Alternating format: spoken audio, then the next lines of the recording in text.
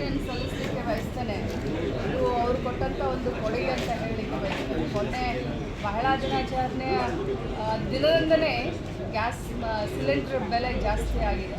So ಎಲ್ಲಿ ಸ್ಮೃತಿ ಇರಾನಿ ಅವರು ಎಲ್ಲೋ ಯಾಕೋ ಕಾಣಿಸ್ತಾ ಇಲ್ಲ. ಯಾಕಂತಂದರೆ 10 ರೂಪಾಯಿ 50 ರೂಪಾಯಿ ಜಾಸ್ತಿ ಬೆಲೆ ಆದರೆ ಪಾಪ ಭಾಳ ಒಬ್ಬರ ಹೊಡ್ಕೊಳ್ತಾ ಇದ್ವಿ. ಪಾಪ ಎಲ್ಲೋ ಕಾಣೆಯಾಗಿದ್ದಾರೆ, ಮಾಯ ಆಗಿದ್ದಾರೆ.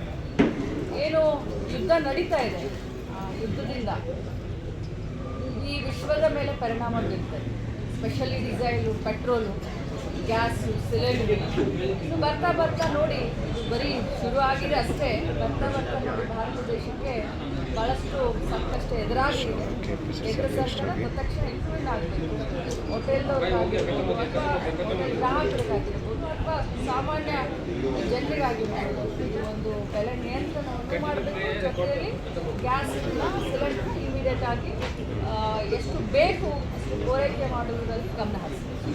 ನಾವು ಇನ್ನೊಂದು KPCC ಅಧ್ಯಕ್ಷರಾಗಿ 6 ವರ್ಷ ಆಯಿತು ಡಿ ಕೆ ಶಿವಕುಮಾರ್ ಅವರು. ಅದು ಇವತ್ತಿಗೆ KPCC ಅಧ್ಯಕ್ಷರಾಗಿ ಮಾನ್ಯ ಡಿ ಕೆ ಶಿವಕುಮಾರ್ ಸಾಹೇಬರು 6 ವರ್ಷ ಅರ್ಥಪೂರ್ಣವಾಗಿ ಅತ್ಯಂತ ಯಶಸ್ವಿ ಅಧ್ಯಕ್ಷರಾಗಿ ಕೆಲಸವನ್ನು ಮಾಡಿದ್ದಾರೆ. ಅವರಿಗೆ ನಾವು ಮೊದಲನೇದಾಗಿ ಅಭಿನಂದನೆ ಸಲ್ಲಿಸಿದ್ದೇವೆ. ಅದರ ಜೊತೆಯಲ್ಲಿ ಇವತ್ತು ಸಾಯಂಕಾಲ ಏನು ಅವರು ಎಲ್ಲರಿಗೂ ಒಂದು ನಾವೆಲ್ಲರೂ ಸೆಷನ್ ನಡೆಯುವಂಥ ಸಂದರ್ಭದಲ್ಲಿ ಎಲ್ಲ ಶಾಸಕರು ಮಂತ್ರಿಗಳು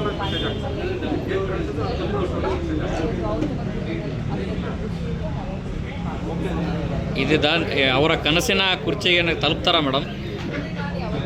ಕೇಳಿದಾಗ ಒಂದೇ ಮಾತಿನ ಅವರ ಕನಸು ಏನಾಗಿತ್ತು ಅಂತಂದರೆ ಕರ್ನಾಟಕ ರಾಜ್ಯದಲ್ಲಿ ಕಾಂಗ್ರೆಸ್ ಪಕ್ಷಗಳನ್ನ ಸರ್ಕಾರ ತೆಗೆದುಕೊಂಡು ಬರಬೇಕು ಅಂತ ಹೇಳಿ ಅವರ ಒಂದು ಕನಸನ್ನು ಈ ಒಂದು ಜನತೆ ಈಡೇರಿಸಿದ್ದಾರೆ.